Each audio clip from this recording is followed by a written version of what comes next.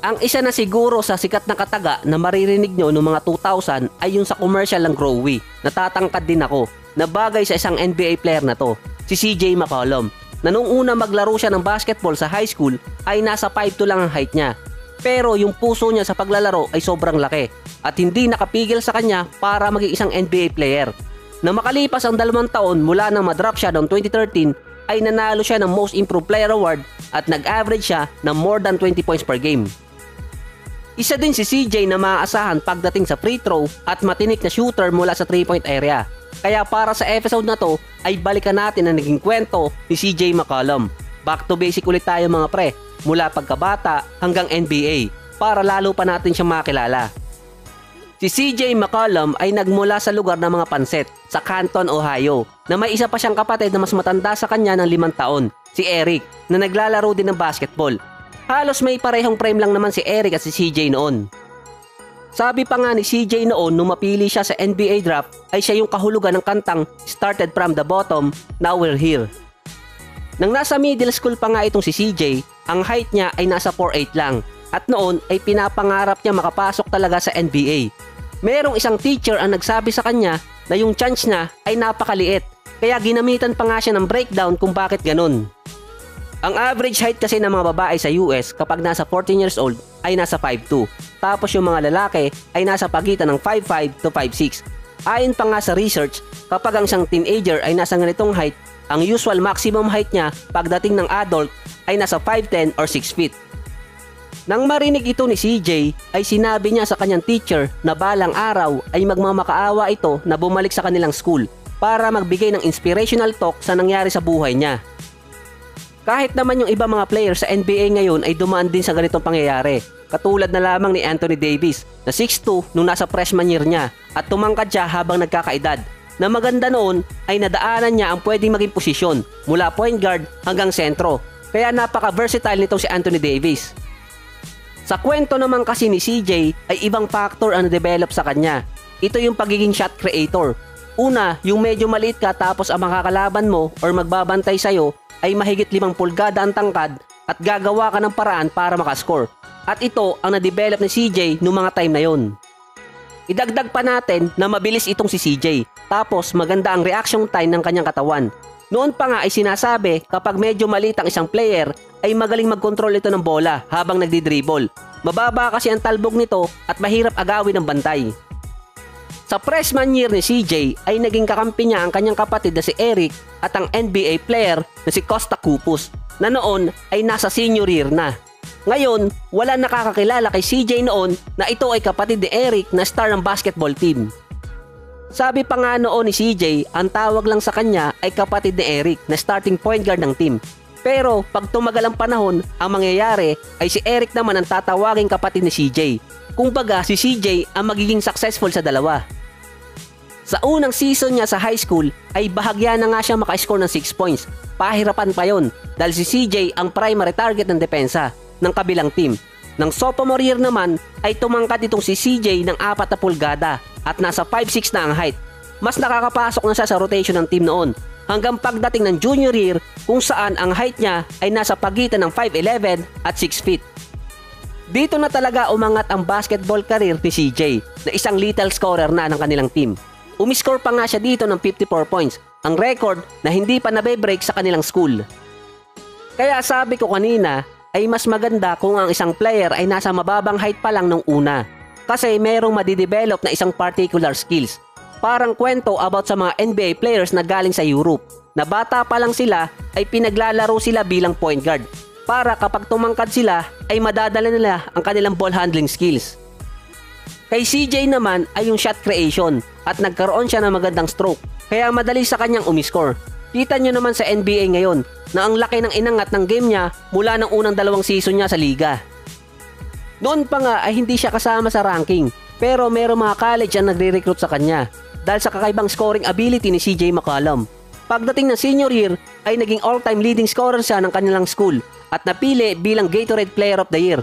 Tapos ang kapatid niyang si Eric ay naglalaro naman sa isang Division 2 college team. Dito niya piniling sumali sa isang underdog team, ang Lehigh University. Nasabi kong underdog Kasi sa buong history nila ay 5 beses pa lang sila nakakapasok sa college tournament at nanalo ng conference championship. 2 doon ay mula nga dito kay CJ.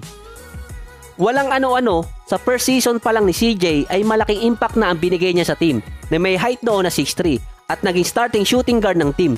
Nag-average agad siya dito ng 19 points, 5 rebounds at 42% sa 3-point area, ang record na naiset niya sa team history. Siya ang leading scorer sa lahat ng freshman sa taon na yon at nanalo bilang Conference Player of the Year. Nabuhat din niya ang kanyang team sa March Madness noong 2010, ang una ulit since 2004.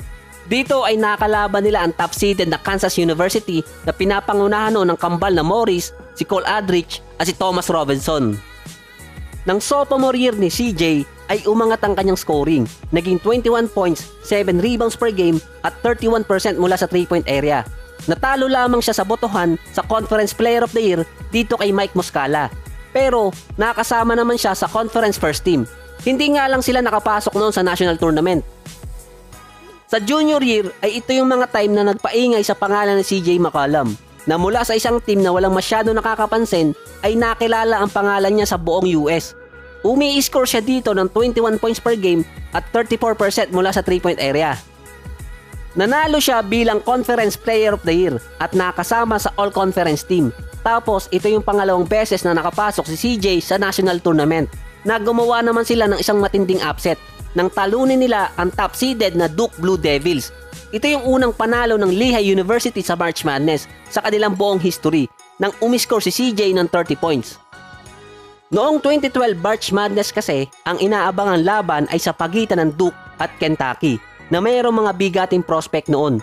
Tulad sa Duke na naglalaro itong si Austin Rivers, ang number 1 player sa high school papasok sa college, at nanalo bilang Rookie of the Year. Tapos tatapatan nila ang team ni Anthony Davis ng Kentucky. Pero pinigilan yun ni CJ McCollum at ng underdog team na Lehigh University. Sabi pa nga ni Austin Rivers, yung pagkatalo na yun ng Duke ay parang sumira sa reputasyon ng team nila na isang powerhouse team. Tapos merong successful run sa NCAA. Isang linggo nga matapos ang game na yon, nang pumasok itong si Austin Rivers ulit sa school, ay parang nahihiya ang lahat ng estudyante sa nangyari. Yun din na nagbigay ng masamang record sa isa sa mga greatest coach sa college, si Coach K. Ayon pa kay Austin Rivers, ay masyado silang overconfident ang mga time na yon, dahil nasa kanila ang 3 magkakapatid na Plumlee, si Seth Curry, Quinn Cook at si Ryan Kelly, na mga top prospects sa NBA. Kaya inaabangan yung labanan ng Kentucky at Duke. Sa side naman ni CJ, ang upset na yon ang nagpakilala talaga sa kanya bilang isang lethal scorer at isang NBA prospect. Sa second round ay nakatapat nila ang Xavier, kaso natalo lang sila dito kasi hindi naglaro si CJ McCollum dahil meron siyang iniindang injury.